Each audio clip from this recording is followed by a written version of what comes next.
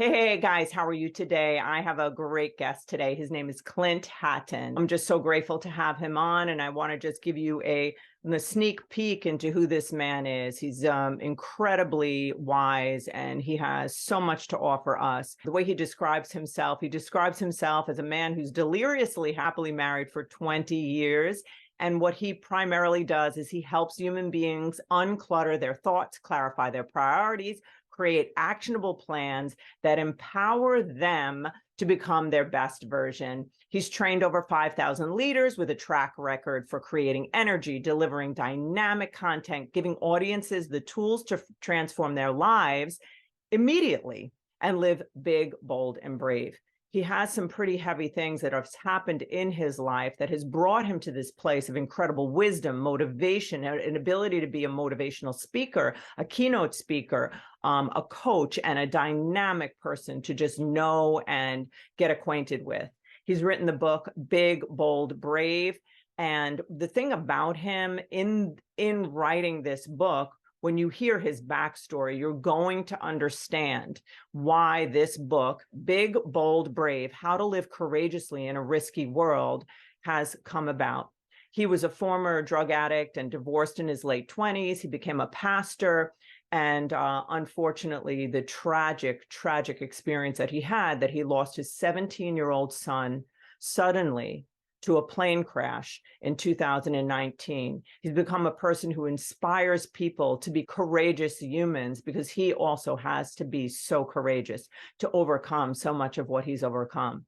I want to just put this out there to you guys, that you would take in what he's about to say, because anything that's happening in your life now or could happen in your life now, this is a man who has experienced the tragedy leading into the triumph of being able to overcome really difficult things. And whether your difficult thing is a seemingly small thing or an incredible tragedy, this is the man to listen to. So without any further ado, I want to introduce you to not only an incredible podcast guest and thought leader, but also I can truly call him my fast friend, Clint Hatton. Hey, guys, how are you today? It is Allison from Allison Answers and Lager Counseling Services. I have a guest today that you will experience as powerful, brave, bold, courageous, someone that you can learn a great deal from. As you heard in the bio that I shared, Clint has had incredible struggles in his life, but he is an overcomer like no other. And what I would like you to do is just really, I want you to consider your own life and things that have happened for you, not to you, and times where you felt really hurt or victimized or experienced great loss, which we all have. And I want you to consider hearing the pain in this podcast, which turns into incredible identity and purpose and value. And to see that what Clint will share is his investment in his pain, turning it into mega love and goodness. And I ask that you would just consider taking, even if it's a micro portion of it, and applying it to anything that hurts you today. So even though this may be serious in some ways, have I ever really been totally serious ever? So feel free to laugh. And if you feel insulted, don't leave a comment. I don't care. I'm kidding. I do care. That's why I don't want you to leave a comment. But anyhow, so without any further ado, I would like you to hear Clint's story and then how he has become a badass. And I don't care if he was a pastor, because he is a badass and he's going to change your life. And I want you to follow him. I want you to like, share, and become a part of his community, because it will change your life. Because I know that we met for a reason. He's here for a reason, and he's going to give you things that you need in your life. So Clint, welcome. Welcome to Allison Answers. And I just would love to hear, and everybody would love to hear, your backstory and how you got here today. And you know what, like, It could take hours. I'm just kidding. So Yeah, so it could. No, let's it could. go. We Yeah. could do a mini series. That's exactly Yes. right. We Well, could do first of it. all, I'll have you on again. Yeah. come on.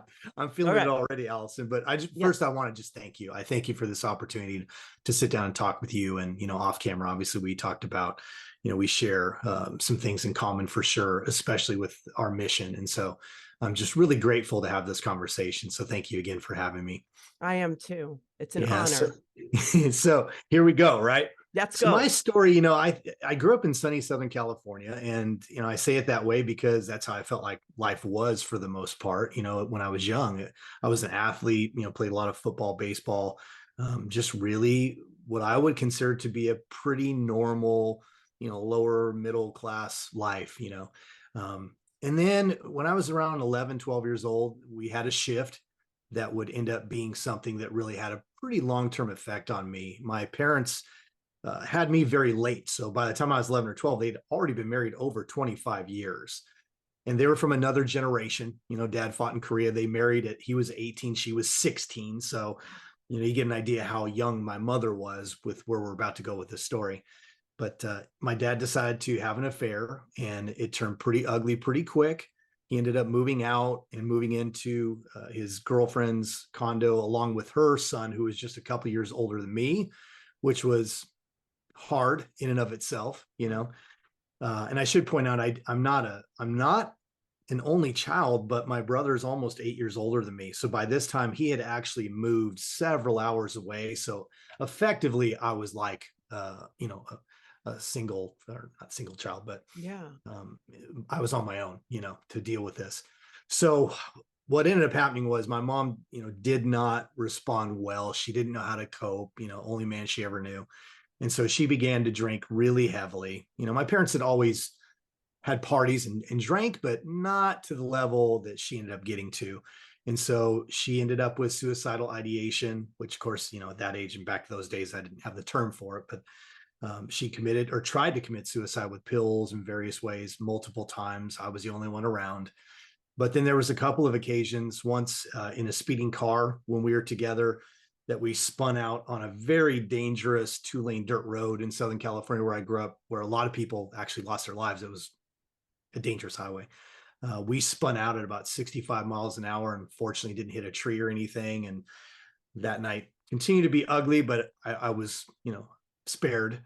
And then another time with a handgun, where she was going to shoot herself. And I, along with my dad, who happened to be on the scene at that particular night, jumped on top of her and wrestled it away from her. And so, had some pretty traumatic experiences, to say the least, with that.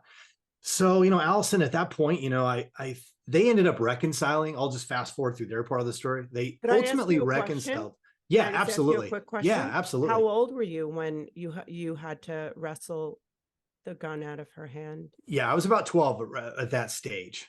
It's incredible. Yeah, yeah. Well, you don't really think about it in a situation like Of that. course not. Yeah. You just act. Hmm. So, I don't consider myself necessarily brave for doing that. It was just, it's your mother. And so you just do what you think you need to do to try and, stop the situation. And we did, we did I stop the just want you situation. to know that I wasn't thinking about that. I was thinking about the vulnerability and the Mm, terror, and how, as a son, you want to protect your mother, but you're also probably petrified. So I was thinking yeah. actually along those lines Yeah. and Well, just you're feeling for right. you. What?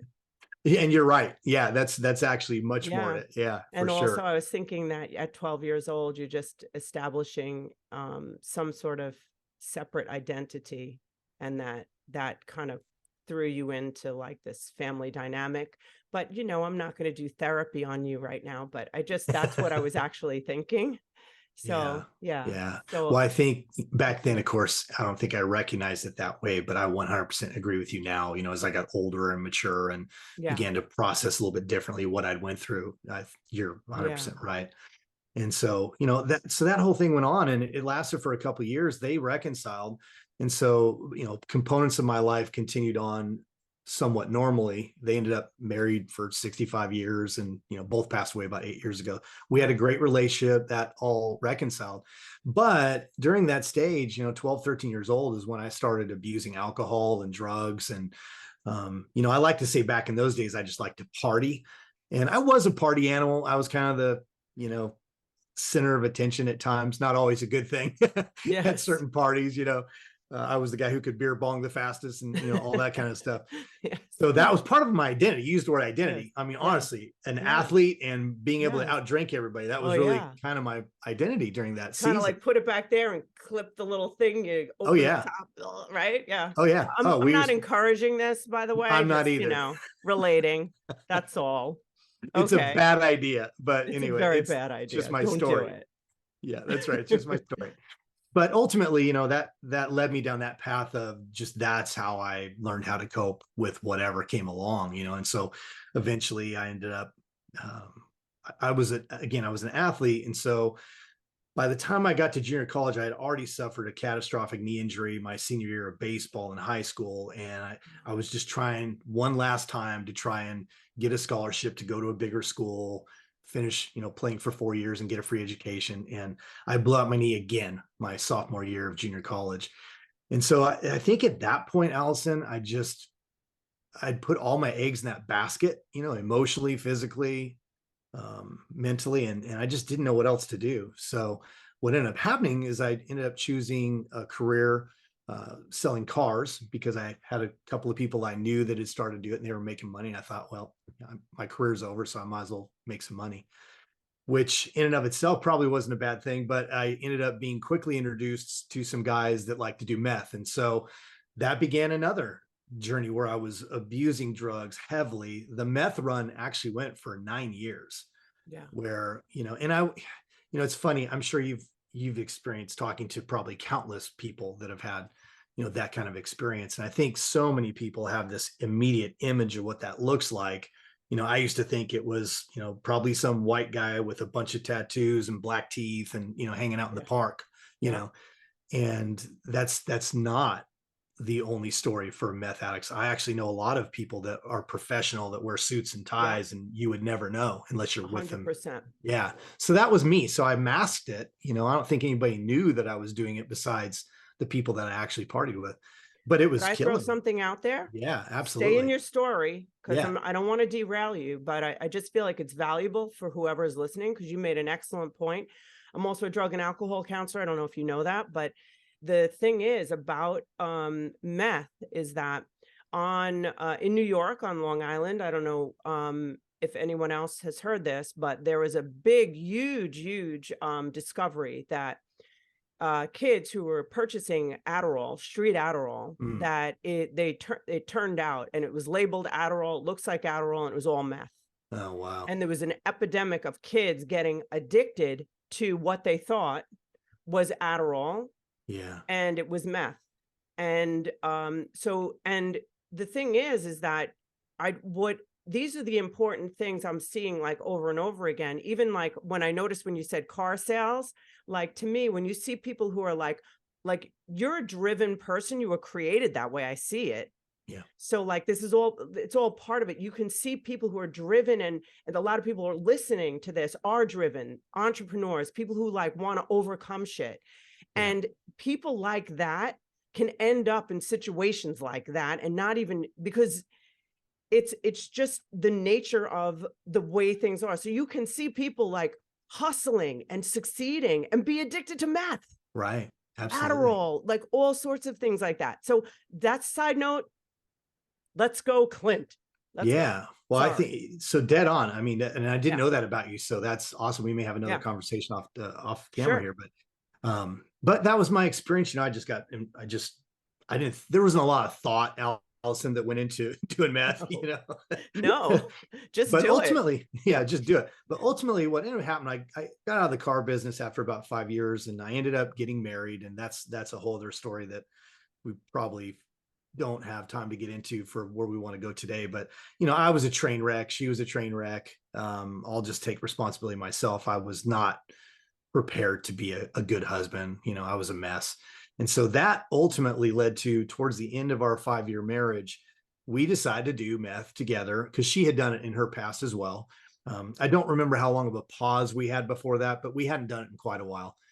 And we decided we're going to go do something, so we go out one night, we go through the whole deal. Everybody listening to this who's ever, experienced doing meth for any extended period of time knows what I'm talking about, where you're sitting and you're waiting for hours for the phone call to get the stuff. And it's gross and stupid and weird and all of that. But we went through that whole deal, finally got it, partied. And then the next day, Allison, I woke up and I mean, by now I'm 30 years old. I'm in what's ultimately going to end up being a divorce. It wasn't there yet, but it was a train wreck marriage. Not enjoying what I was doing for a living. And I just felt like crap. And it wasn't just that I felt like crap because I came down from meth. I was just maybe for the first time in that season of my life taking a look at who I'd become and, the choices that I was making. And so I just decided that morning, I don't want this to be who I am. I don't want this to be a part of my story anymore. And so I quit cold turkey that day. And that was it. The end of it. Never went back. It's been 27 plus years now, I think. And I was done with meth. Can I ask you a question about that moment? Yeah. Because I love that moment for people, because I think it's also a large part of what you talk about. That moment, that crossroad where you make a decision, and the decision is a power move neurologically, because once a decision is made, it's like that you marry, a decision you marry, Yeah. you are on a path. And what I want to know is, because I've shared this with people often about that, people call a bottom, there's all bottoms, and like, oh, how come they haven't hit a bottom yet? And I've always Right. felt, and in my own life, what is a bottom? And I'm curious because for me, I always thought it was something like, holy shit. First of all, you don't like everything you feel. But besides that, it's how I am the only person who's going to be able to stop this. Like, there's no one anywhere who's going to make this different but me. That's right. And it's like the loneliest moment. I don't know if that's what you felt, but it's just something I'm curious about, what you in that moment. And I know Yeah. the feeling, it's a Yeah. bad feeling that you had, but I'm curious how you would identify it. Yeah, I want to your point, I would say for me, I had a couple of bottom experiences. And so this was one, and another one was going to come shortly after Yeah. that. So Okay. for me, just in terms of, drug abuse and even putting yourself in danger, with doing it. And I Yeah. can't tell you how many times I was in environments where if the feds would have raided, I'd have been Yep. arrested. And, there's just so many ways that story could have gone way worse. Right. Yes. So for me, there was that bottom with the drugs. I had reached the bottom of that. To your point, I like to call them courageous decisions. And I've been saying that for decades, is that every great decision or every great move you make in your life starts with a courageous decision. And until you make that courageous decision, nothing's going to change. Right. Yeah. So I think for me, that was just solely the bottom of doing drugs. And then what would happen shortly after is I'd gotten involved in this network marketing company. It was a nutritional company. And the people that I was aligned with, my upline, for those of your listeners who are familiar with that industry, were very successful, like cover of Success magazine successful. So I was very fortunate. I ended up in an upline where it was people who were really actually really making money. And it turned out that they were Christians. And at this point, I didn't really have any active faith in anything at that point. And so during the course of that, I went to all of the workshops and seminars, and I was just learning a new way to see who I could be. My mindset was changing. And yet, even though my mindset was changing, my marriage was still a train wreck. So I end up going to church one day, and I'm being very honest with your listeners. Good. I did not go to church to find religion. I didn't go to church to find Jesus. I didn't go to church for any of those types of reasons consciously, I got right? you. Yep. Consciously. Mm-hmm. But the one thing that I noticed about this particular group of people, and one in particular who was my main upline, was they had crap happen too, but they seemed to be able to be in a state of peace and calm. Whereas challenges and setbacks sent me into a tailspin. So I literally went that morning that I went with them because I thought, well, this is one thing they do. I'm just going to go check it out and see what that's all about. That was it. And of course, I ended up having this really powerful, experience. And I ended up deciding that I was going to give my life to God that day. So what the next bottom that hit was my wife at that time and I, again, we were train wreck. Just because I gave my life to God didn't mean I'm now not a train wreck. No. Right. I was a train wreck wanting to go somewhere, There's so many train wrecks at church. Oh my gosh. Yeah. Well, yeah, Yes, exactly. everywhere. That's exactly right. And so ultimately we ended up going through, Christian counseling. And when I say Christian counseling, they were licensed therapists, but with kind of a biblical model with it.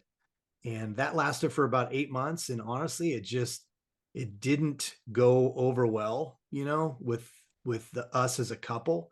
And at that point, your listeners are going to find out that I did end up becoming a pastor and did that for 17 years.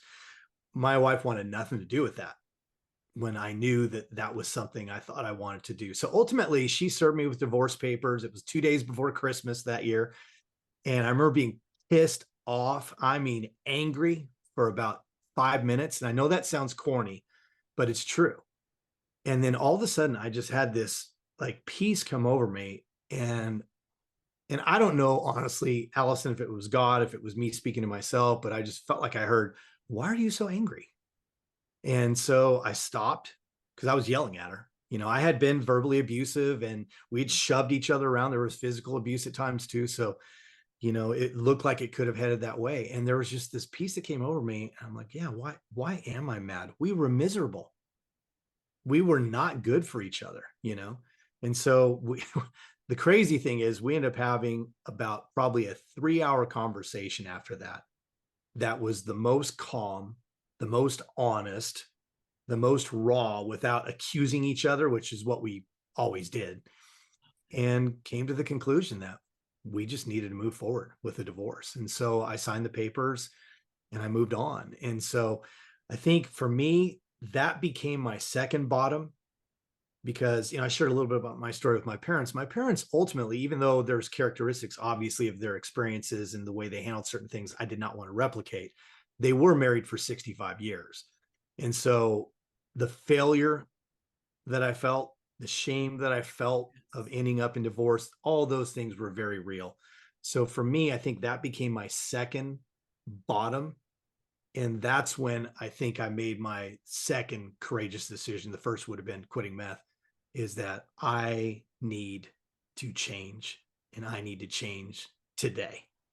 And I began this new path of studying. Literally, I picked up every book I could find. Some were Christian books, some were not, that would help me become the type of man that I really wanted to be, even the father that I wanted to be, because we didn't have kids. But at some point, I really felt like I was going to get another chance at marriage. I was going to get a chance at kids. So that sent me on a new journey. And can I ask you a question about that, absolutely. please? So I have two.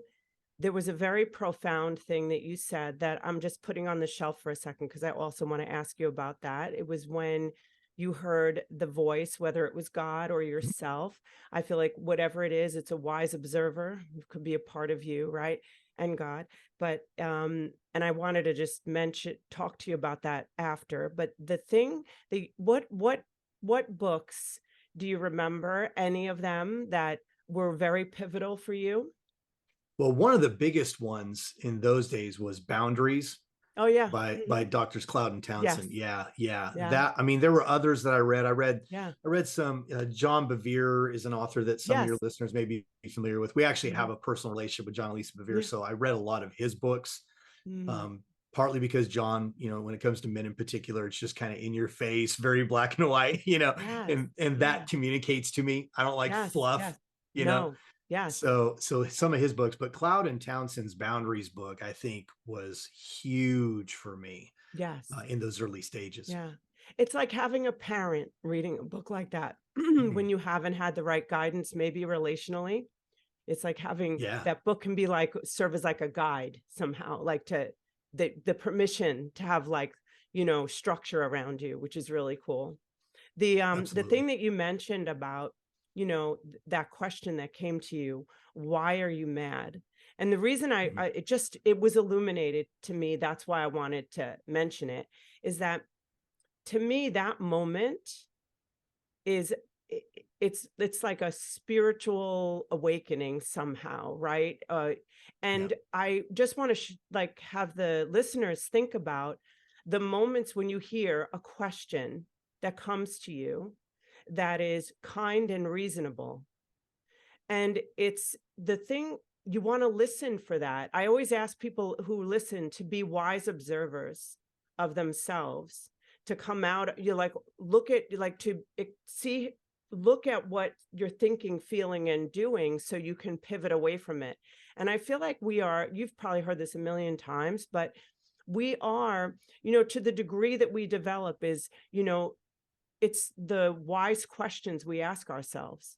Mm. I write down in a journal when I'm upset or something doesn't feel right. I say to myself, because therapists we're supposed to be like expert question askers. Right. So I ask myself questions like, what is it about this situation that feels so blank? What is it about? And I'll write it down and then I'll So just good. keep answering. So I suggest to people, ask yourself quality questions because that's the quality of our life is really the questions we ask ourselves. I loved what you said. I could feel it spiritually when you said it. And I love that. And you're being a co-creator with God, even asking that question. Yeah. So let's continue. So that was your second courageous um Yeah, I think decision. so. I think Hmm. that was my second most life-changing, Yeah. courageous decision for sure. Yeah. So ultimately, that ended up, leading me into a new season of my life. Once we were divorced, obviously, I was free to move about the country, as Southwest likes to say. And so, I really felt like I was being led this time, certainly by God. I really felt like I was being led to do something really new and radical. I had no idea what that was going to look like. And so I got some, counseling, not really counseling, but coaching from one of the pastors at the church I was with, and had conversations with people that I felt like were much wiser than me, because I was thinking and praying about three different cities. One was Los Angeles, where I already explained I grew up, and I had some friends that were doing some things down there. I had some other friends in the San Francisco Bay Area that were doing some similar things as well in ministry. And then there was Dallas, Texas, the one of the three that I had never even visited, let alone ever thought about moving there. But in this network marketing company that I was a part of, my upline, who I've kind of shared a little bit about, they decided that to really blow the business up, Dallas was the perfect epicenter to move to and explode this company.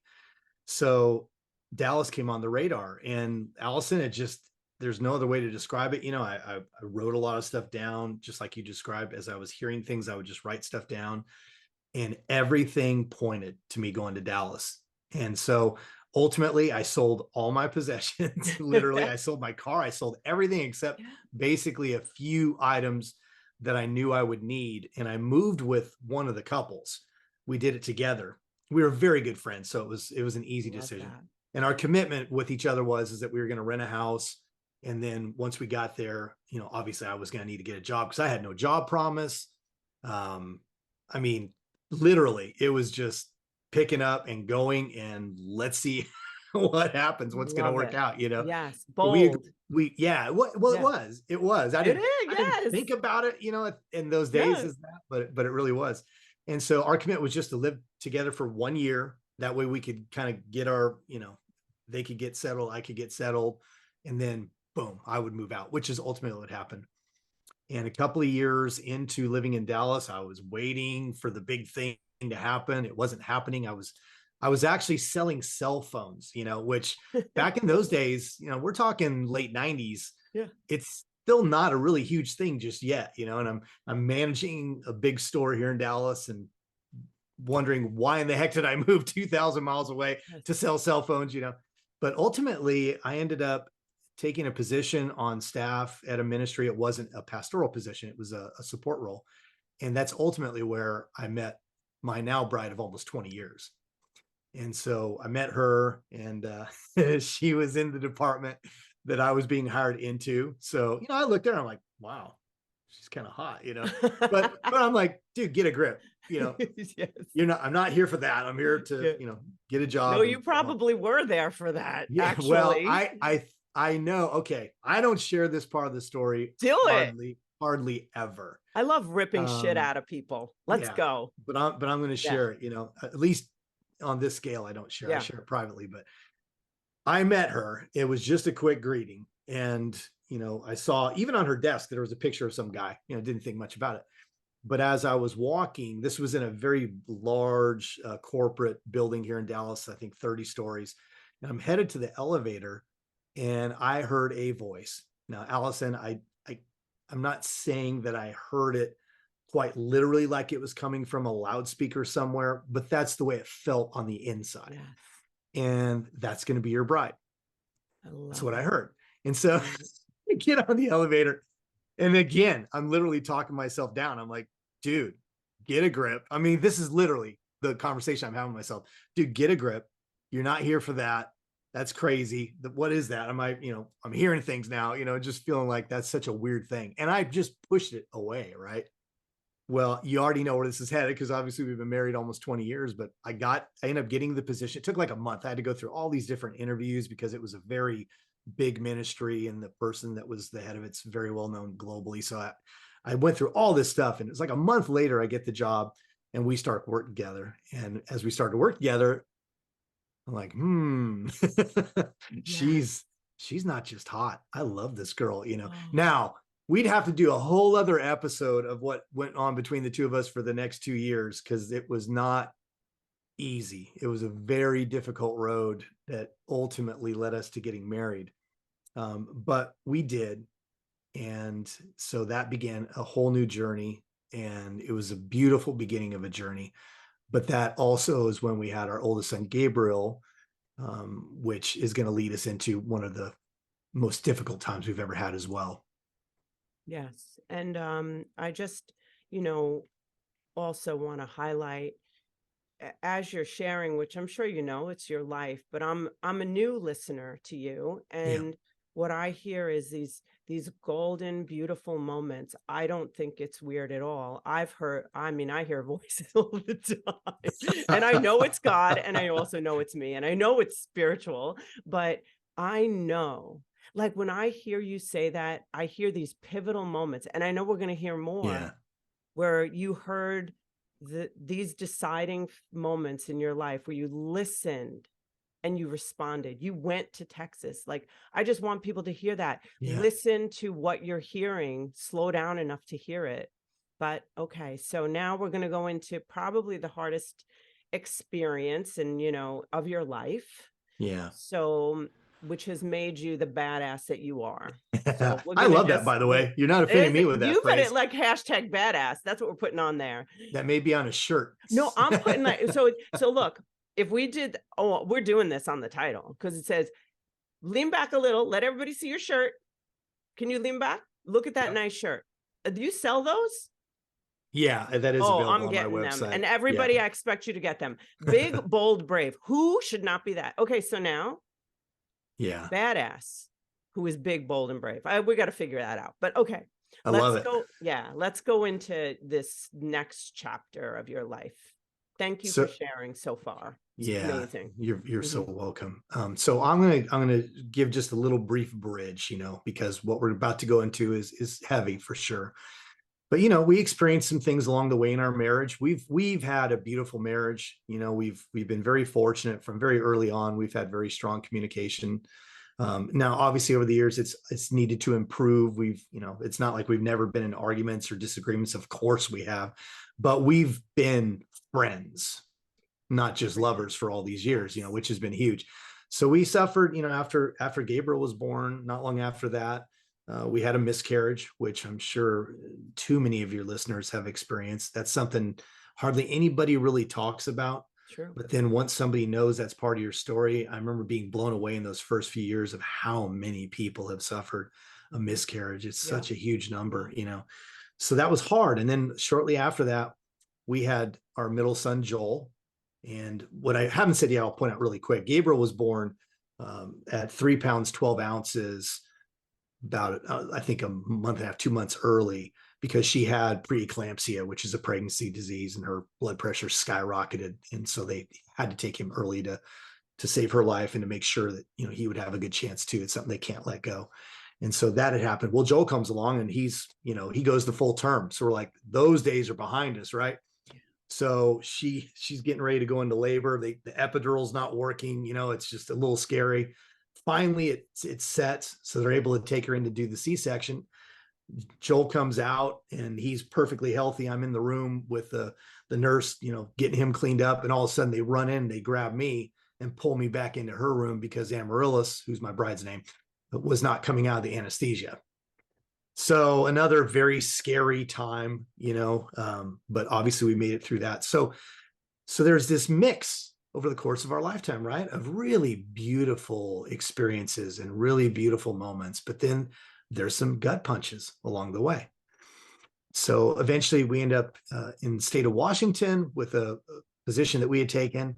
We had been done, we were done with the first two after, all these challenges with pregnancy.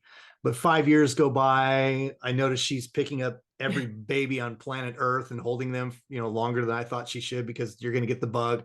And she did get the bug. And so she was always very kind. She never put pressure me at all, but I just saw it on her. My heart softened. Next thing you know, we decide, okay, we have 2 boys. We're going to go for a girl. Now, I'm not sure how that works, Allison, because it didn't work, but that was the goal. I right? did it and it worked, by the way. Did it? Oh, you're better. You're better. No. I had 3 boys, then a girl. So you had to do it one more time. Oh, okay. Well, happen. Yeah. Well, you're going to find out why that was not going to happen. Yeah. So we tried for the girl. Mm-hmm. And of course, we ended up having another boy. But this time it really went south. And she, the first 6 months, it went pretty well. Just kind of the normal pregnancy sickness here and there and that kind of stuff. And then one day I literally was flying back to it. There's a lot of layers to this story that we don't want to get on a rabbit trail about. But we had a home in Louisiana during the housing crisis. This is during those years that we just could not sell. So I was actually flying out one morning to go spend a couple of days, meet with movers, and get our stuff, because we had lived for 1 year in the state of Washington with only what we could put in a suitcase, literally. Oh, wow. And so I head out that morning. She's like, yeah, I feel okay, but not great today. It's like, okay, are you sure? Are you sure I can go? And she's like, oh, absolutely. You need to do this. Well, it takes me, I have to fly to Dallas and then fly to New Orleans to get there. So it's like an all-day deal, 8 hours. By the time I get out of the airport, Allison, I jump in my rental, I call her, and everything had literally changed within a matter of hours. She was actually already on her way to the hospital that we had planned to give birth. Her blood pressure had skyrocketed to like 220 over 100 something. And here I was in Louisiana. So I was only there literally for about 8 hours, jumped on a plane first thing the next morning, headed back. And she made it 2 days, which was critical because they give you a steroid injection for the baby, because lungs, we're talking 3 months early here. So 27 weeks, the lungs, different things are not developed yet, obviously. She makes it, and then they need to go get Liam, which is our 3rd son. And so he was born at 1 pound, 14 ounces. This is also during the H1N1 virus. So nobody can come visit. We have him. And for 2.5 months, my bride and I were the only 2 people that could even see him. His own brothers would often hang out in hospital waiting areas, because they couldn't go in. It was a rough road, but we made it through that. We made it through that. There were some beautiful experiences that came out of that. And so we relocated here to Dallas. And that's when, man, it seemed like everything was just headed in the right direction. Life was good. We were happy with what we were doing. Gabriel, by now, he was a freshman in high school. And this is where we're going to get into this part of the story. So Gabriel, at about 8 years old, went on a flight in a small plane with his uncle Danny. And he just lit up when he got in that plane. And when he came off, it's kind of like, for me, like, my new meth, or not new, it's been doing it for 27 years, is coffee. Like, that's my new meth. Yeah. Like, yeah. Coffee, you put an injection of coffee in me and I'm like, yeah, that was him. It's just, he got this bug that never left him. And he wanted to be a pilot at 8 years old. And so we always thought, okay, great. You're 8, but he hung on to it. So by the time we're back here in Dallas, he's 14. He entered into a 4-year aviation program that our school district has, which is very unusual. And we considered that Wow. to be just this huge God That's thing, huge amazing. blessing, right? Yes. And then also that freshman year, he joined a club called Tango 31 Aero Club. And that is a local club that was founded by a guy named Kevin Lacey. Some of your listeners actually may know who he is because he's pretty famous in the aviation industry. There's a television show, I think it's still on Discovery, called Airplane Repo. And it's exactly as it sounds. So Kevin was a star of that. So he's this bigger than life dude, but he started this club for teenagers because he had to do everything on his own as a kid and just had kind of a rough upbringing. And so he wanted to provide an opportunity for kids that wanted to either become pilots or even, aircraft maintenance. So he joins this club and he's learning all this stuff, how to do oil changes, how to do, repairs on engines. Literally, they're putting together pieces of planes and painting them. It's just really a cool experience. By the time he's 16, Kevin in this club, he arranged there was flight instructors for absolutely no charge, which is crazy. We got fuel at wholesale. I mean, this was a $50 a year thing. It was really, again, I'm sharing these little details because it was all part of just this amazing, beautiful story that was unfolding for Gabriel to be able to fulfill his dreams, and we couldn't afford at that time. We were still pastors, we couldn't afford the typically $10,000-$15,000 or more for him to get a license. So pennies on the dollar, he's working towards that, And at 16, he actually got an opportunity after obviously flying with an instructor for a period of time to solo. And he soloed before he even had a driver's license, Allison, which is Unbelievable. a little crazy, right? Yes. Yeah. It was just such a surreal Oh, experience, yes. And I remember even, because we were there the day, we let this be his thing. Yes. We really did. We let him own this journey. But obviously, the day he was going to solo for the first time, we weren't going to miss that for the world. So we were Yes. both there and we're filming it. And I remember when he took off, and and I've been an athlete, so a couple of my kids are athletes. Anytime your kid, whatever they do, you're always excited, right? It's Yeah. this exhilarating thing Of that they're going to course. kill it. Even Yes. they're doing a violin, show, whatever. Yes. And he goes up, and I'm just like, this is amazing. And then as he started to kind of circle, fear overwhelmed my excitement because I'm like, oh crap, Yes. he's Yes. got to land, Of course. And it's just this Yes. weird part of that particular Yes. scene that you go through as a parent. And I just remember being, oh my gosh, I think it was the first time that I really felt like true fear grip me regarding him becoming a pilot, Yes. Yes. And of course, he landed it. This first landing was amazing. He liked to say like butter. It was just Oh, smooth, yes. So he was on his way. Yes. He was on his way. And so the way it works is you cannot earn your pilot's license until you're 17. That's the youngest you can do it here in the States. So at 17 years old, he studied, it's a book about the size of when we all grew up with Yellow Pages books, right? So imagine the biggest one you've ever seen. Yeah. That's about what it looked like. And he passes the exam his very first time, goes for his check ride, does all those things, aces it, boom, he becomes a licensed pilot. He fulfills his first dream of becoming a pilot. Life is good. We're so excited. And so he didn't even have a driver's license, did he? Well, by the time he was 17, he did. But He when he did have it? soloed, he Okay. didn't have it yet. He got it shortly after that. But flying a plane actually became before he could legally drive a car. Yeah. Wow.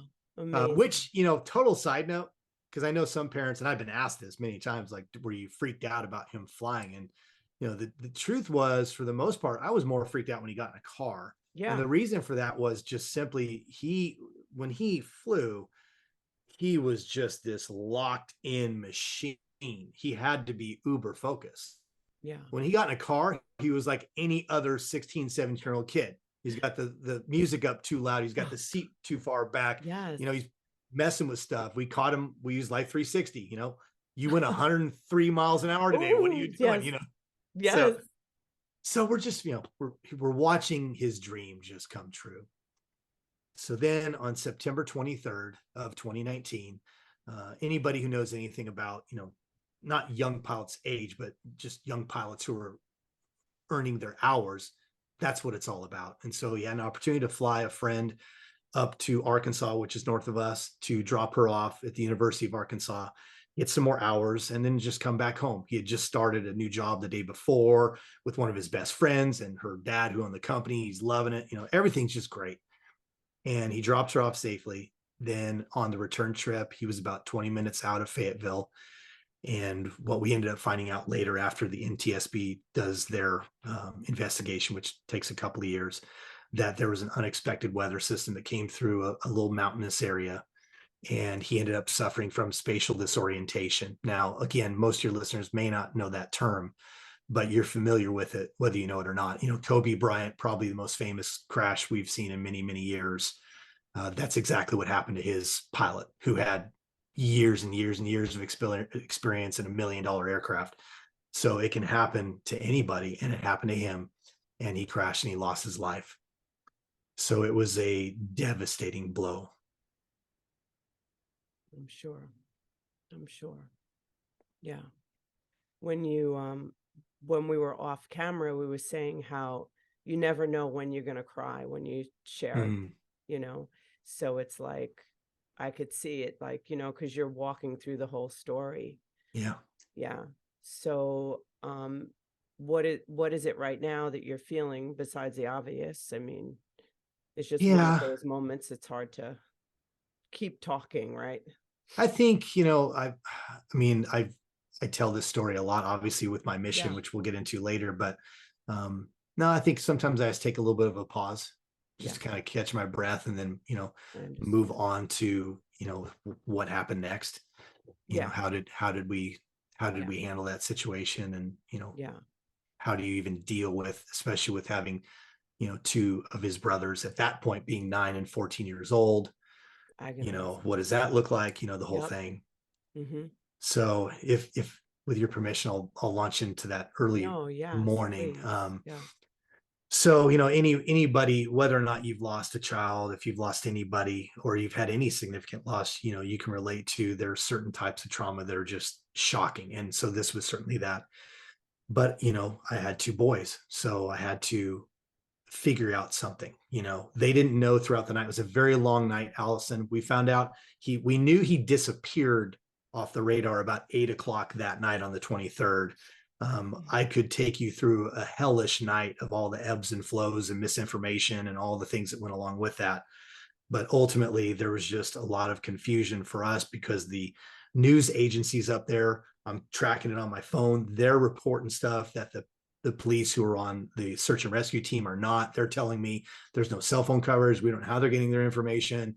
We cannot confirm or deny anything other than there was a crash. That went on throughout the entire evening until about 3:30 in the morning, when we got our first call from the sheriff's department, because I called them 3 times that night for various reasons.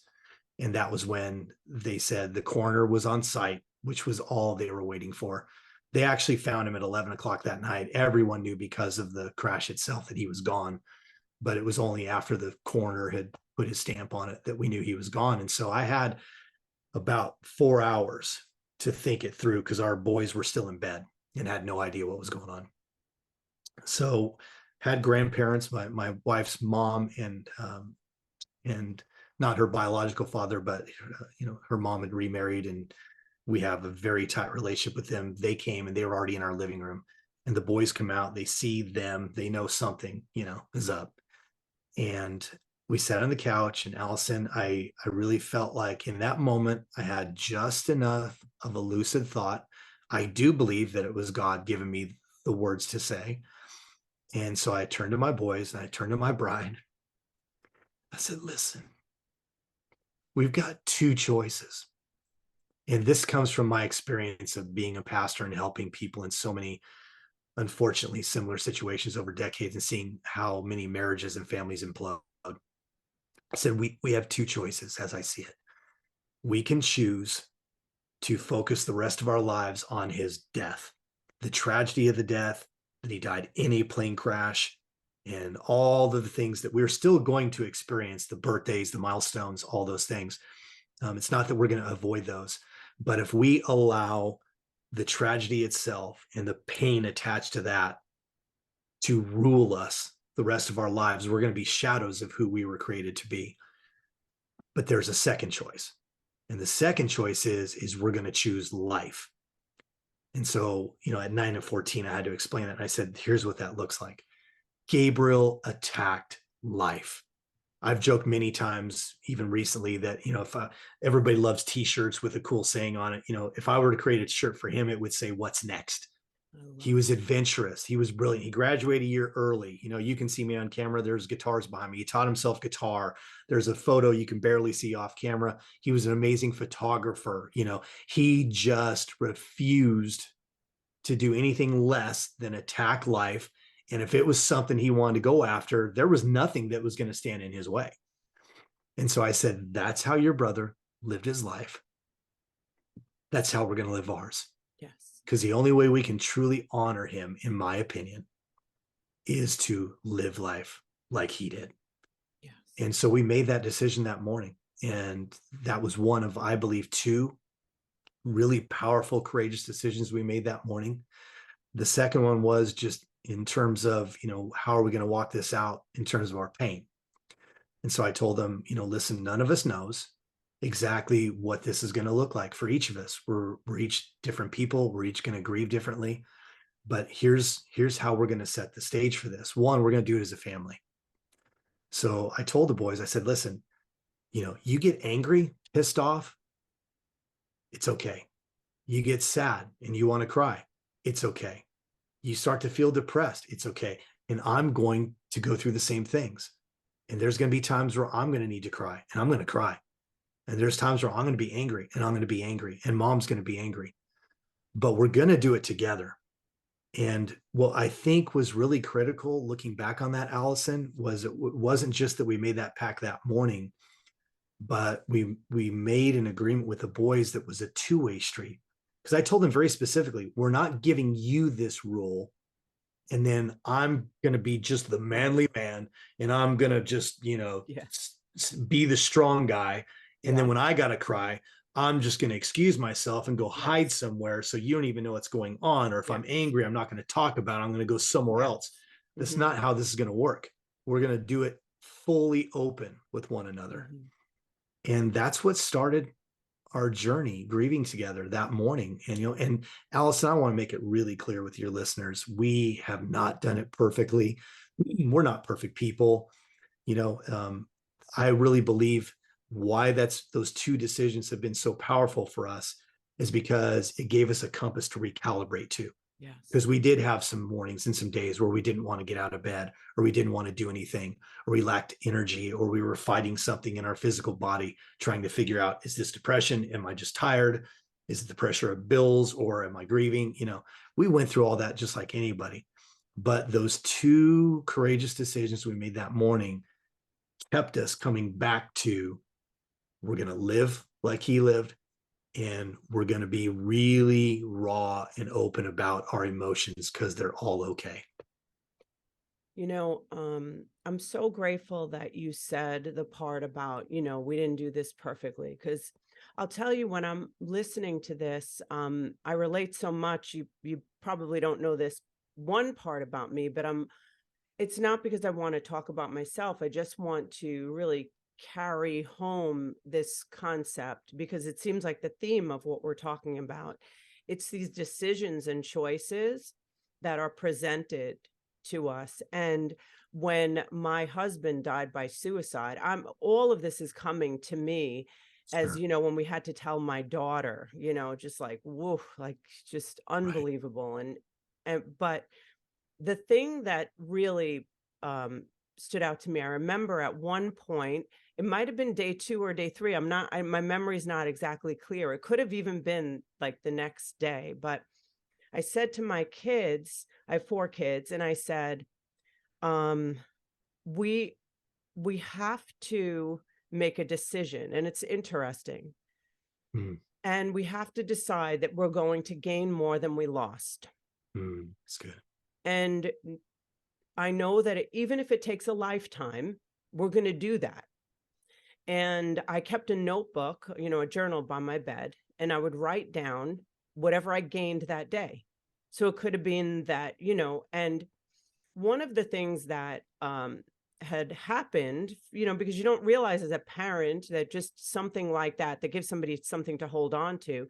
My kids consistently and throughout these 2 years have, they keep bringing up things that they learned from it or how they grew Mm. from it or and then I was thinking when you were sharing, how much I suck, because I was thinking about, oh my gosh, like how many times have I went into a room and suffered alone and didn't let Mhm. my kids see because I'm so afraid of their pain, Yeah, or I right. don't share it publicly, on social. I don't like I don't share hardly at all because and and when my kids are in pain, like because it hurts me so much, Yeah, like, so I appreciate what you're saying. And I think that a lot of times it's really important. Like, this is my field. I know this stuff. So when you're in right, it, right, right? This is your field. When you're in this, like I see how easily everyone can isolate in their room because everybody's pain is so big and there's no one there to help them through their pain because the other right, person's in pain. right. Yeah, So, and that's where divorce comes in this situation, or kids just think they're observing you and thinking that you're stronger and like, what's wrong with me that I'm, suffering. So right. I have definitely made a lot of mistakes in that way, because sometimes it's just too much to feel, you know. Yeah, yeah. So I just appreciate, I think this open conversation can help a lot of different people. So I'm going to let you continue Yeah. No, your amazing journey. well, I'm glad you said all that. I think one thing I would like to point out to go along with what you just said too is, again, we're not talking about perfection. I like to use the word recalibrate. Yeah. The decisions that we made and the way we were open with what we were feeling, and especially me as the father leading the way, if I could say it that way, in that, um, as far as how we handle our emotions. We weren't perfect in it at all, but we had made that courageous decision that allowed us to keep recalibrating Yep. whenever we needed to, over and over and over, because Hmm. it's a messy thing. Yeah. Grieving and loss is a messy thing. It's not this 3-step thing. I've told No. a lot of people that it's not like I said, okay, your brother's gone, so here's my 3-step guide on how we're going to grieve this out. 3-point It wasn't sermon. right. It wasn't. Yeah. Yeah, well, Right. if it was a sermon, it'd probably be 7 point, right? Exactly. but but anyway, so it wasn't like that. But I think, another thing I want to point out with what that looked like, because I think a lot of your listeners right now may be thinking, okay, I understand what you're saying in theory, but what does that look like? And so I'll just use myself, because obviously we each at different times broke down in different ways for different reasons. Yeah. But I remember, one time in particular, and this was just this last summer. So we're a little over, or we're almost at the 3-year mark. And so it's the 4th of July weekend. We have family down in Orlando. My father-in-law down there owns a boat. We're out on this island. It's 4th of July, beautiful weather. My wife is Puerto Rican, which I haven't shared that yet. So he and his wife and all that family is Puerto Rican. Yeah, any Boricuas out there, and there's several in New York, know what I'm talking about. It's festive. The music's going. We're having a great time. And so there's a row of boats and this party's going on. And then Allison, I don't know what the trigger was, because you know this well. First, you don't need a trigger when it's someone that close to you. We think about our loved ones multiple times every single day, but there are times when something triggers Yeah. you when you're having one emotional experience and it triggers you to another, right? And so something hit, and I didn't know, quite what it was, but I just began to miss Gabriel. Yeah. And I could sense that I knew I need to cry. Yeah. And so what I did was, and I know people aren't going to be able to see this, but we're all bobbing in the water. There's music going on. People got floaties. Some are just waist deep like me in the water. And I literally just began to bob about 20, 30 feet away from where everybody was partying. Yeah. And it was easy to do because nobody was paying attention to what I was doing. It was a big party, right? And I quite literally sat there and just bobbed in the ocean and looked out onto the horizon. And I not this heaving cry, but I had tears running down my face for probably 40 minutes as I just allowed myself to feel missing him. Yes. And then what was so critical is, I felt like it had moved through my body, and it's like, okay, it's time to re-engage. I love So I it. exchanged that emotion of sadness for an emotion of joy. And I bobbed my way back over to the party. I jumped in the back of the boat, because at that point we were kind of eating and doing different things. And I experienced joy and laughter, and we had a great day. Now, here's the thing though. I did tell my family what happened a little bit later. Yeah. So it wasn't that I was isolated in my own pain and I Yeah. wasn't talking to anybody about it, Yeah. but I allowed for that. And sometimes this may hit you. You may be in a boardroom. You may be, at the DMV. I don't know. I mean, there's obviously places where a trigger may hit you that you don't have really the right atmosphere to allow it, right? But as you know, the problem is what we should do is then kind of schedule ourselves, if I could say it that way, Yes. later tonight, first thing in the morning, whatever. I need to get Yes. alone and I need to allow myself to experience this. Yes. And most people don't. Yes. So good. The thing that you were saying, when you're saying you allowed it to move through your body, one of the things I'll say about other things, just anything with emotion, is that, we don't say, oh, I'm not going to blow my nose. We don't say, oh, I'm not going to, Right. do number two. I was going to say something else, but, we don't say that. We allow it to, it, emotion is energy in motion, move through our body, like you said, Yeah. because if we don't, emotion that's buried alive becomes more and more primitive, and it causes all other kinds of things, like, just, I think, a low grade anger it Absolutely. can cause when you don't really give yourself the gift, the love of, what would happen if you just yelled at your kid and said, just be quiet, don't cry. Right. They would become hardened. So I think it's the relationship we have with our emotional state, understanding that we're in charge of it, that it's not going to overtake us. Yeah. There's this phrase that I love. It says, there's a stream of well-being that flows. I can allow it or resist it. It flows nonetheless. It is Yeah. well with my soul. So I think part of that is just being able to, like, just allow, because that is well-being, right? Yeah. It's honoring yourself where you are. The thing that, and you telling your kids and your family is really fantastic, because I think that's where I have, not. And it's good that we had this conversation, because now they know, but now I'm going to be more. One of the things I just have to say, and this is like just whatever, I love this conversation, because one of the things I have known for sure over the years of being a therapist, has been doing this like so long.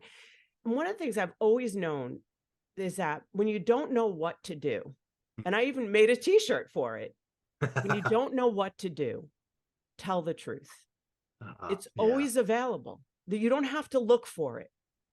So it's like, even when you feel awkward or you feel whatever it is, if you just tell the truth, not what I mean is just being vulnerable, like, hey, it it is like such a power move, right? Absolutely. So yes, so thank you so much. Oh, and I want to say one other thing. I'll just say about 15 more things. I just about 85 more things I want to say. But this right here, just for anyone who's listening, I think, we think of emotion like grief, that it's like, oh, I'm crying or I'm sad or whatever. Right. And you're going to so relate to this. But one of the things that happens to me, and it had happened all along, I almost felt like a baby who had to go home and take a nap. Mm. So if I was out in public, out of nowhere, I could be in a CVS, I could be in a Home Goods, and all of a sudden I'd get this anxiety that was overwhelming. So it would be like, and I can even feel it when I'm saying it, I could cry, because it's Yeah. so overwhelming. And you don't have an event attached to it, but you just have to breathe through it. So I feel like there's that. And then also just being anywhere and just hating people and feeling angry, Mm. but it's Yeah. all part of grief. It's a very interesting, it's not step by step for sure. Right. I spent probably 3 months. I'm crying. Did you know that you're my therapist now? I spent like 3 months. I need one. I'm just kidding. But I spent like 3 months angry. Like, but it was like I couldn't stop it. And I knew I was like, when he first died, I was like, you know what? I am never, no matter what, because I've had other very tragic losses. I was like, I will not have that horrifying, deep, gut-wrenching hatred, bitterness that I had, because I remember having it, and hate that I hated more than any of it. And I was like, I will not have that. I'm going to be a wise observer. I'm not going to feel those feelings. And you know what? It took over, and I had no control over it. Yeah. And what I do realize is that if I leaned in and just allowed it and said, I'm angry because, thank you, God, thank you, emotion, for this opportunity to feel this feeling and know that this is not where I want to live. Thank you for me. And just knowing like, I'm going to get through this. It's like a cloudy day or a bright day. You know, this is the day that I'm angry, you know, Right. but it felt Right. like they were just never going to end. I was like, It's oh my God, National I hope Angry I Day. change. I hope I go That's back right. to being like a happy person, but I didn't know if I ever would, honestly. Wow. So the only reason I share this, because I want other people to know this. Mhm. I'm sorry, because I feel like So, it's so yeah. scary to have that. Yeah. And I can't believe I'm crying on this podcast, but I feel like if anyone out there like, what is the point of us going through this pain if other people can't get better? No, I totally So I agree with think you. anyone who feels that, you have to know you are going to get better. Like, there is a hope. You know, gosh, there's a lot to unpack there, you know. You want to take over the podcast? No, I'm just kidding. Um, no, but if I could, I gosh, you can't believe, said whoa. some really powerful things there.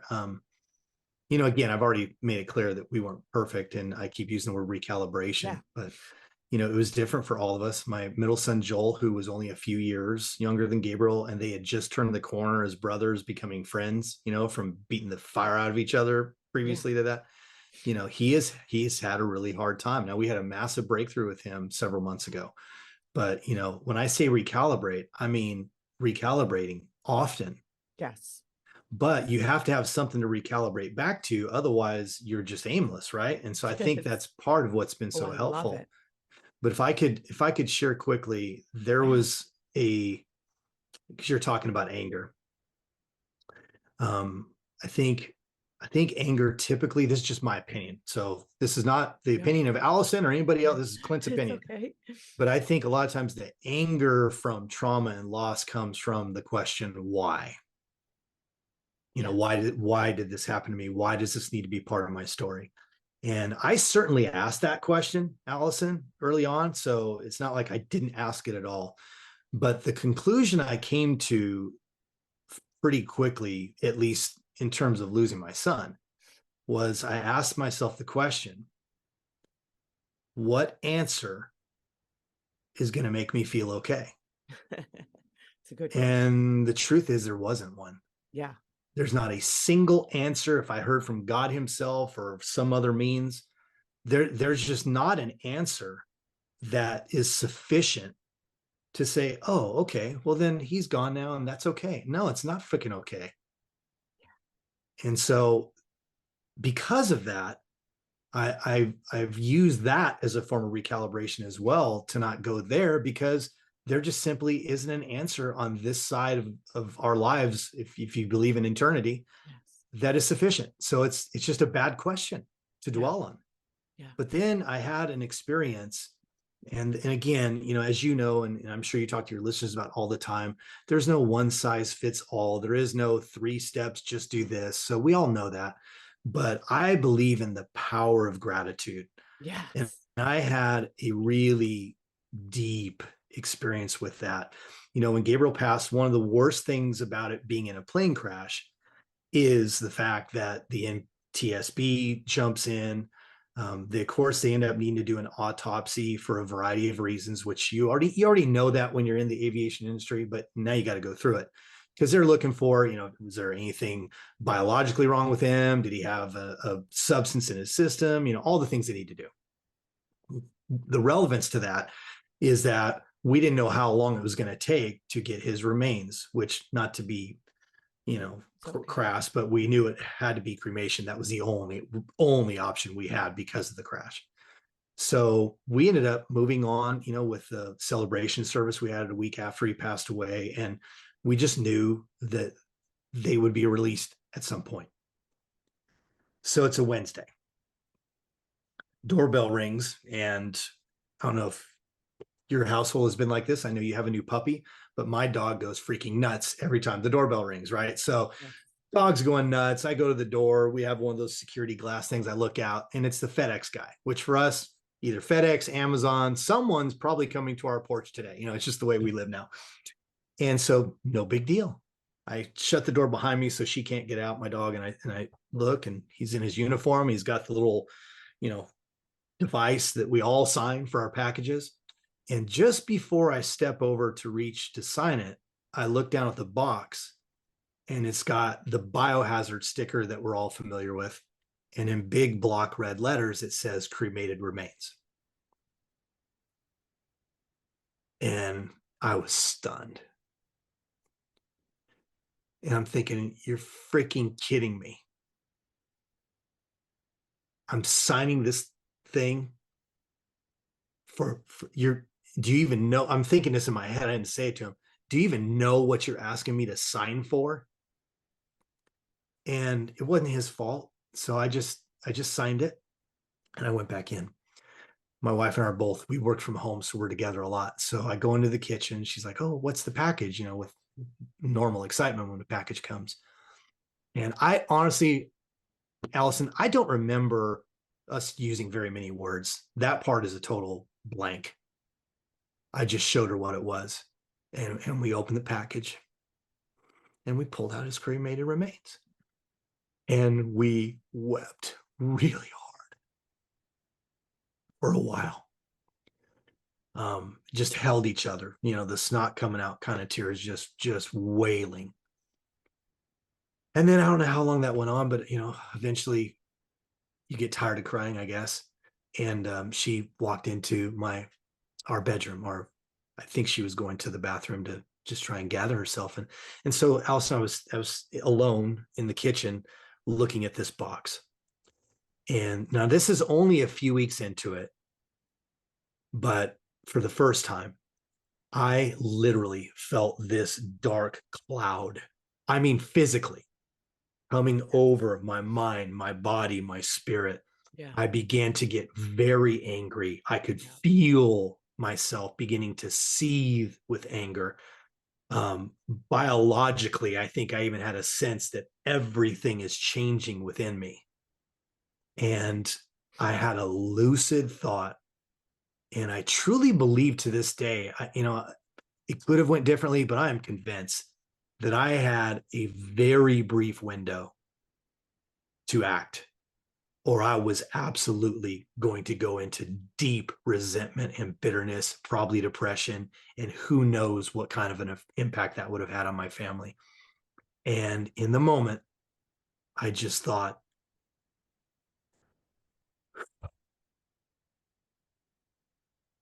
all right. And I was talking to God.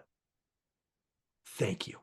Now, I began to be grateful. I'm going to make it very clear that I really think the first few words were more mumbles. There was no conviction behind it, but I began to kind of mumble that I was grateful. I was grateful for having the opportunity to be Gabriel's dad. I was grateful for the opportunity for him to be able to live his dream.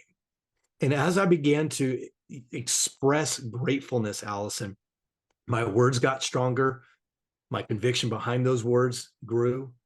And within a moment, I literally, as fast as that dark cloud and blanket came upon me, it lifted.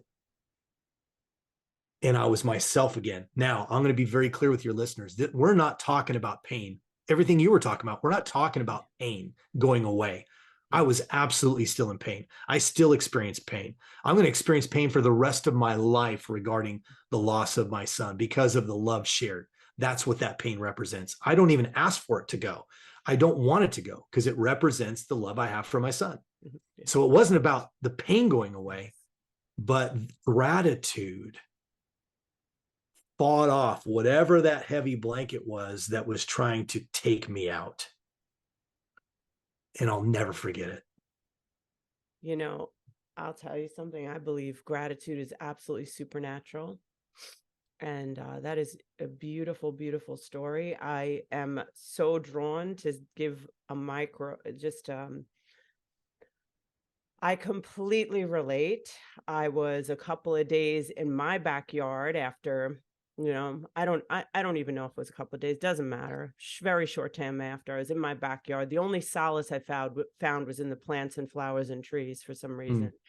Mm, And I was outside and I was like, look what you've left me with. You've left me all alone, like this kind of like mm, baby, like, how could you leave me? How all this stuff. And then I it was really weird and it got very dark, same thing. And mm. I said, look what you, and I couldn't fix my sprinklers. So I was like crying and I didn't know how to fix my sprinklers. And I'm like, look what you left me with. You left me with this. I can't fix the sprinklers. And look what you left me with. And then all of a sudden out of nowhere, I went, oh my God. And I just looked up at my yard and I'm like, look what you left me with. You Mm, left me with all of yeah, the, look at my yard. Look what you've done. Look what you've left me with.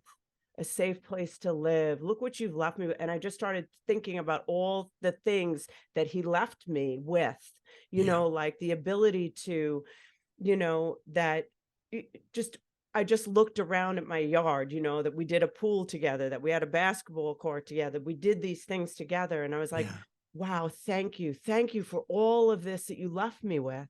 And that gratitude is power and it's yeah, free.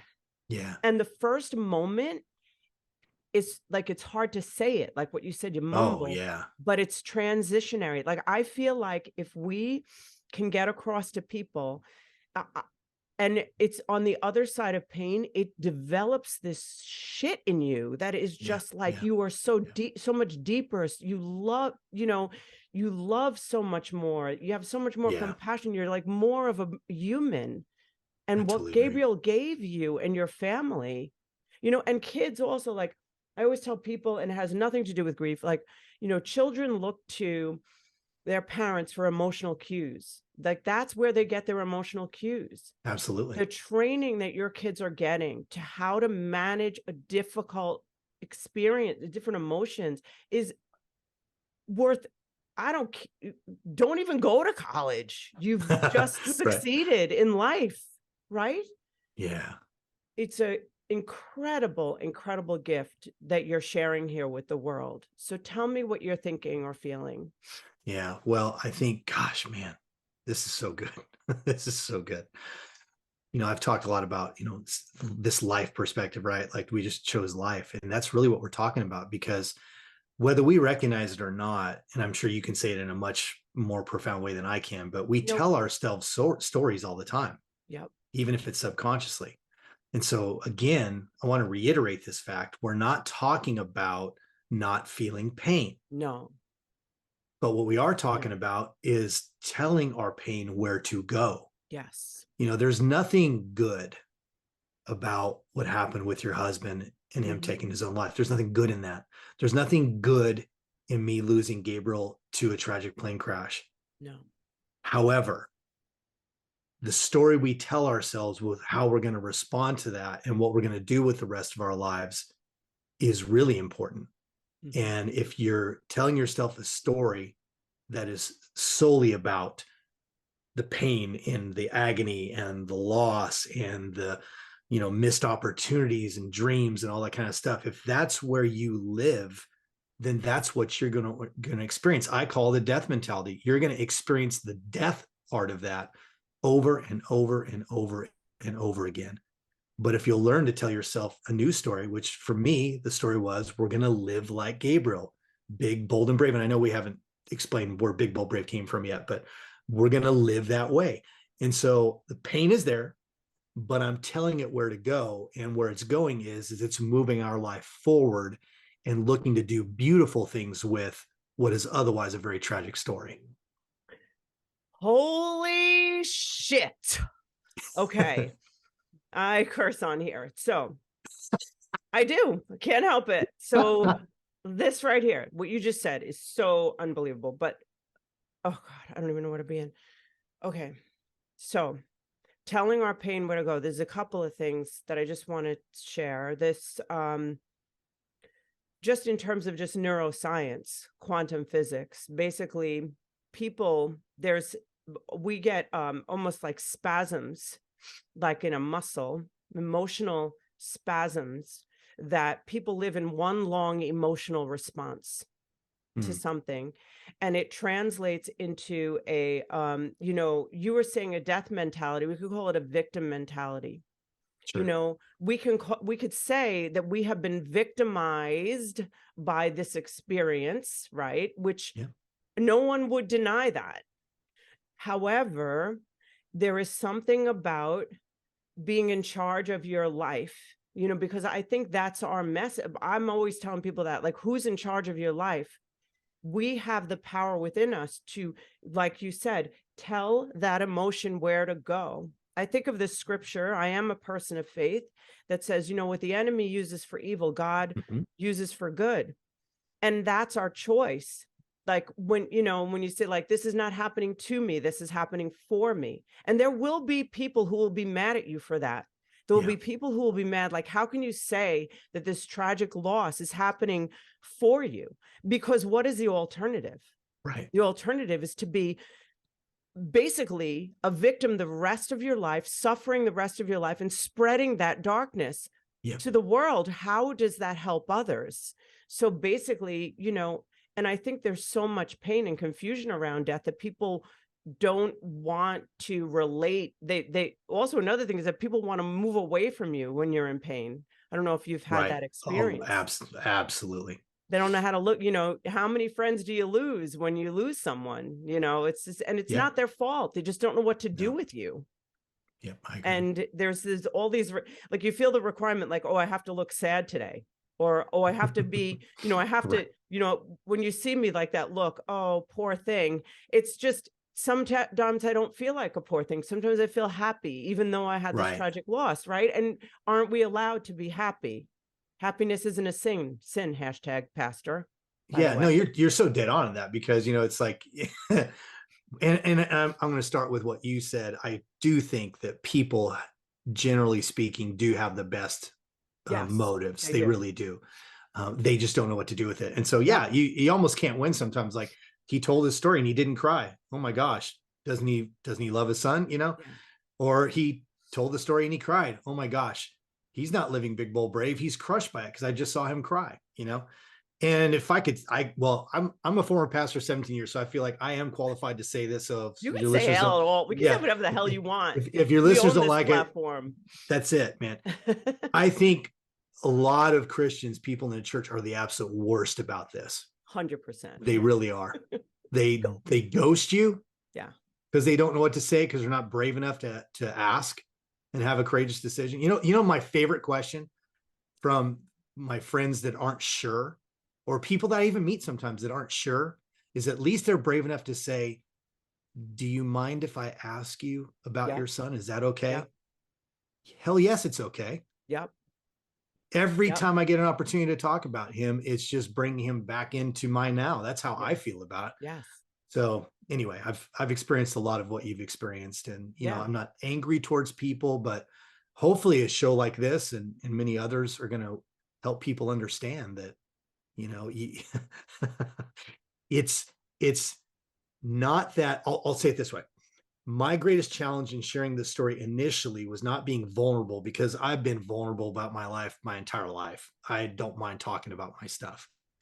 But initially, I didn't want to be identified, as you said a minute ago, the victim. I didn't want every time someone heard my story or saw me to give me that look and think that there's the poor guy who, right?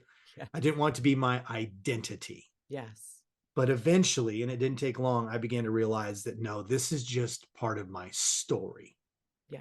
And I get to tell my story where to go. Yes, you do. And you know what's interesting when there's a tragic loss, sometimes because everyone's looking for an answer and people are afraid. They're afraid of it happening to them or something, they're afraid of not understanding, we're afraid of death as Yeah. human beings. And I think that it sounds funny to say it it's almost like there's a part of people that in some ways want to blame,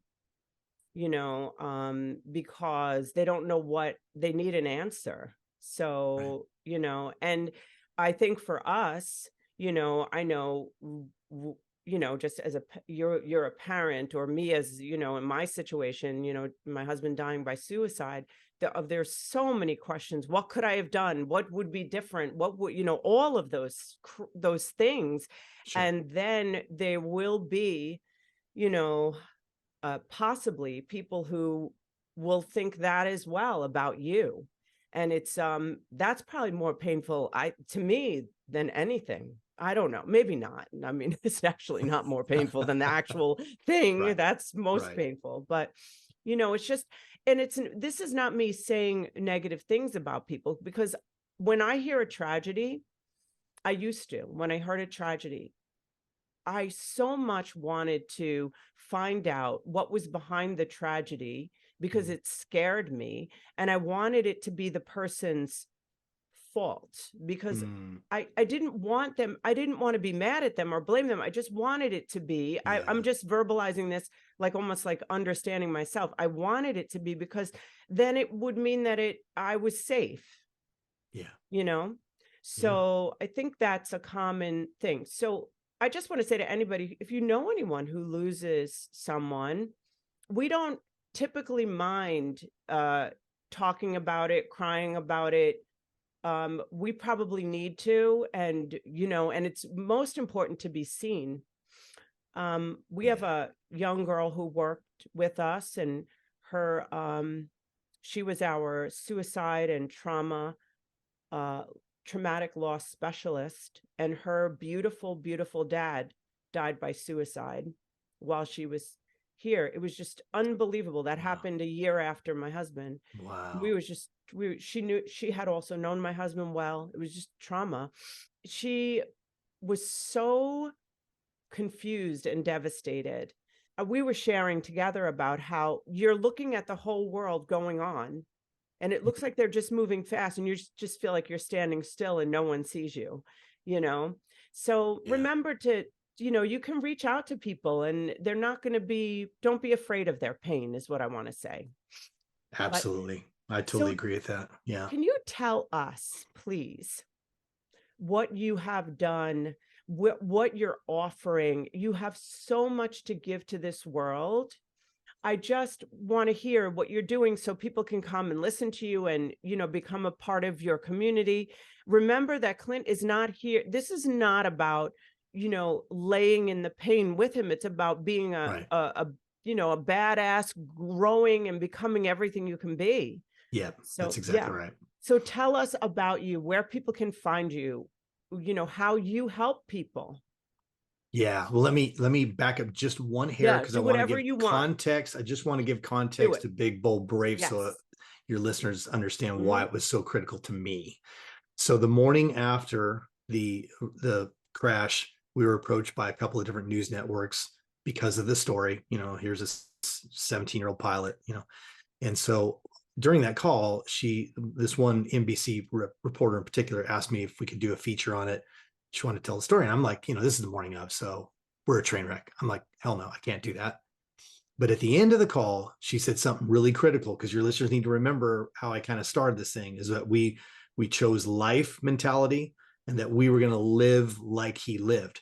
And so at the end of that call, she said, I just please consider it and let me know later today what you think because we're going to do a story on it. It's a story that we have to run. If I report it without you, it's a report on his death. If you'll let me and I'll come to your home, you can tell his story and it can be about the way he lived. I love that. So I So think where we had a family discussion after that, decided to do the interview. The interview itself, complete blur while we were doing it. Very emotional, a lot of cuts, stop, that kind of thing. But during the interview, at some point, I don't even remember saying it, Allison, but I said he lived his life big, bold, and brave. Don't remember saying it. But later that night, when she aired the segment, we did watch it. It was about a 3-minute segment, beautifully done. It included us telling his story, a little bit about our faith, everything that we wanted to express. And instead of using when I said it, she signed off on the segment by saying, and Gabriel's parents encourage you to live like Gabriel, big, bold, and brave. Love that. And there was something about that phrase. Now, I didn't go there in my mind, oh, that's a great name for a personal development company, and I'm going to write a book called Big, Bold, Brave. But it meant something to us. So it initially became a family mantra. That's all it was. And it was a phrase we would occasionally use to do that recalibrating I'm talking about when things were getting tough or we felt like we weren't staying true to those values. Come on, big, bold, brave. Let's live big, bold, brave. But ultimately it did. After a year or so, I began to feel like, wow, there's something here that could really help people. And so initially I decided that I wanted to dip my toes into the personal development space. I was still a pastor. So my company became Big, Bold, Brave. To me, that was just a no-brainer. And then it was a couple of years after Gabriel passed where I felt like I had the capacity to start writing the book. The title Big, Bold, Brave was a no-brainer, but I wanted to bring everybody up to speed on that because the reason why, Allison, I wrote the book when I did, because it's only been 3.5 years. And as you well know, that's still, for most people, that's very early.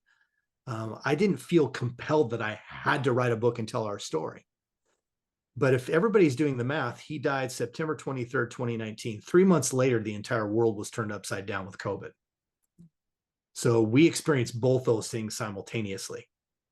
And all of us, for the next couple of years, watched the entire world suffer major losses, in some cases, loved ones, in some cases, careers, in some cases, businesses. In some cases, they went into serious, let's face it, suicide, depression, all those things. Yep. Totally skyrocketed. I don't think anybody would try to argue that. Why? Yep. Because fear has been unleashed on our planet at a level in which, and part of that is because of the access of media to our lives, we carry it around in our hands all day long. 100%. There's just been this tsunami of fear and hopelessness, and the world's going to hell in a handbasket, as they like to say, and the economy this, and racism, and pick your topic, right? And I just made a decision after a couple of years that I'm going to write this book, because my book is not solely about grieving. It'll lay out in better detail the things we've talked about. So it will involve some of that. But to your point, that's not what I wrote the book for. That's not what my mission is. My tagline is courageous humans, inspiring lives. I believe 3 things, Allison. This is what they're going to get out of the book. I believe every single person on the planet, I don't care what their belief system is, I believe every single person was created to be courageous. I think courage is already in us, is my point. I don't think it's this nebulous thing out there that if I could just find it somewhere. It's in you. Now, you may need to learn how to tap into it, or you may need somebody to help extract it, but it's already in there. Then the second thing is we were all created with a creative genius. 100% believe that. And I could give you a killer NASA test that they did with rocket scientists. We'll share this. I'll talk to you about later. That proves we're born with a creative genius.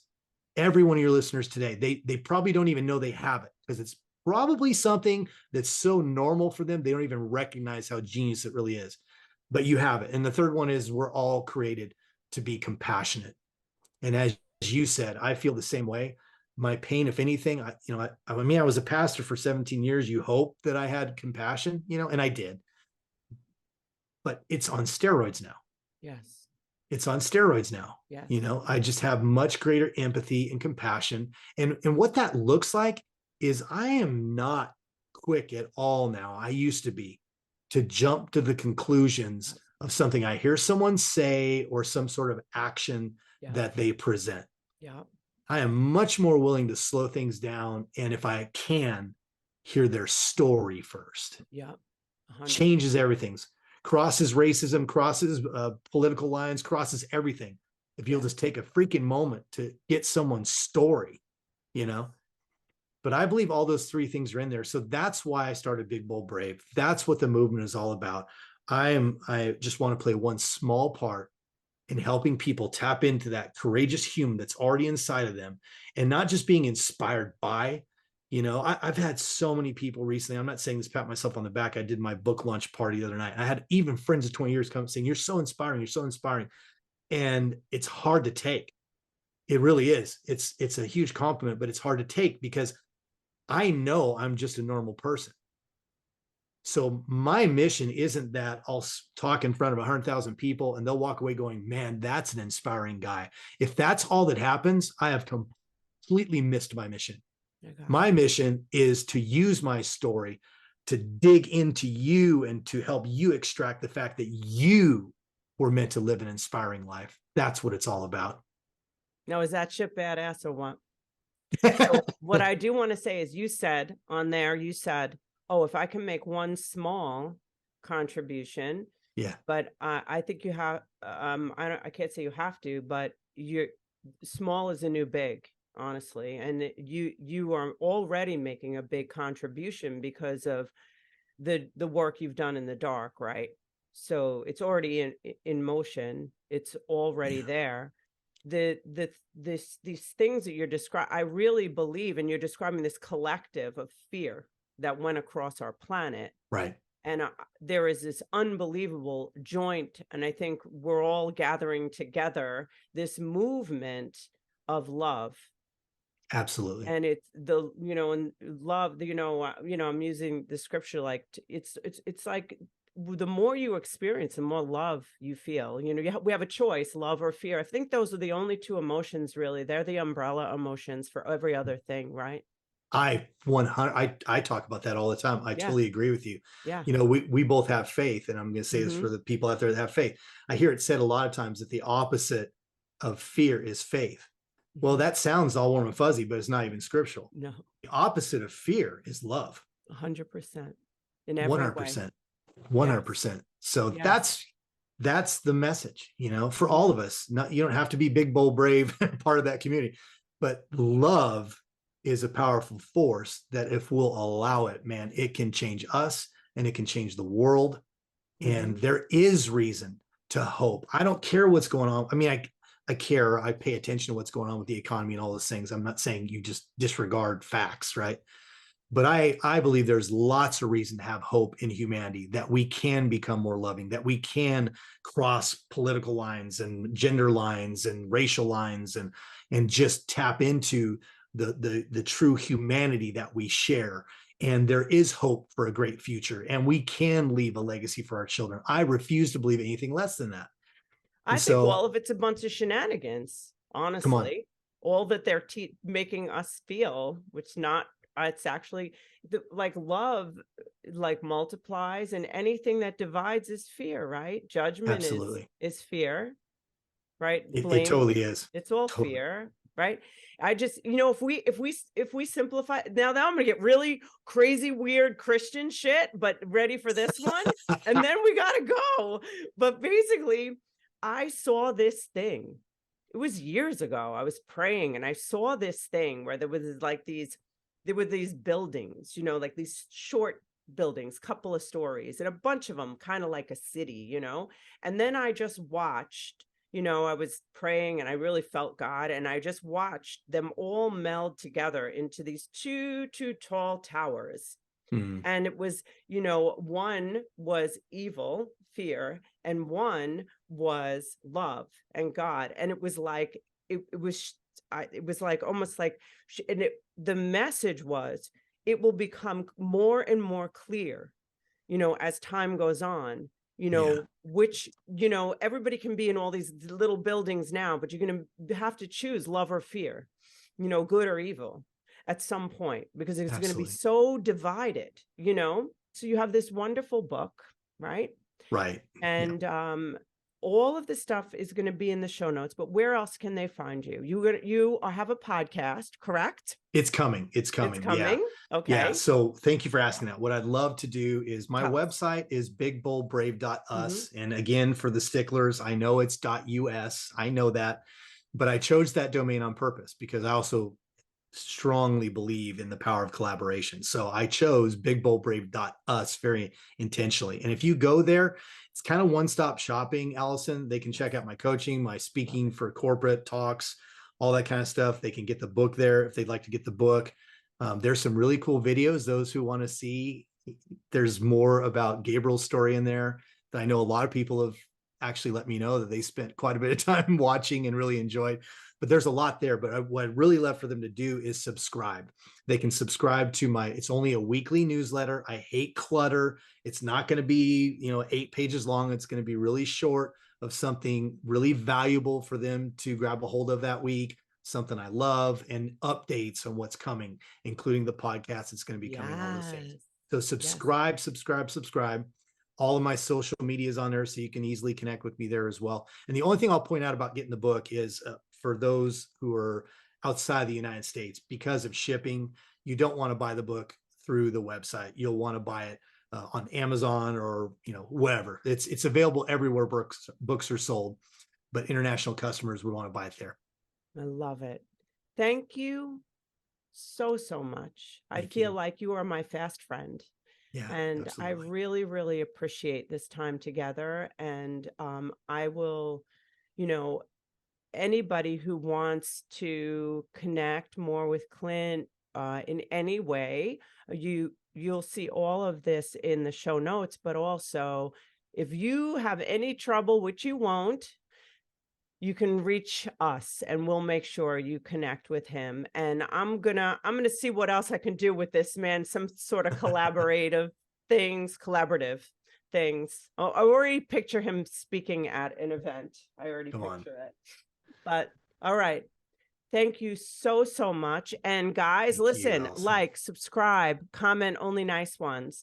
5-star reviews, and also do the same for me, for God's sakes. Go to my YouTube channel. Nobody goes there. They only just listen. So go there. You'll see us, and you'll see the visual of us, and you can see my ugly cry, and also subscribe while you're there.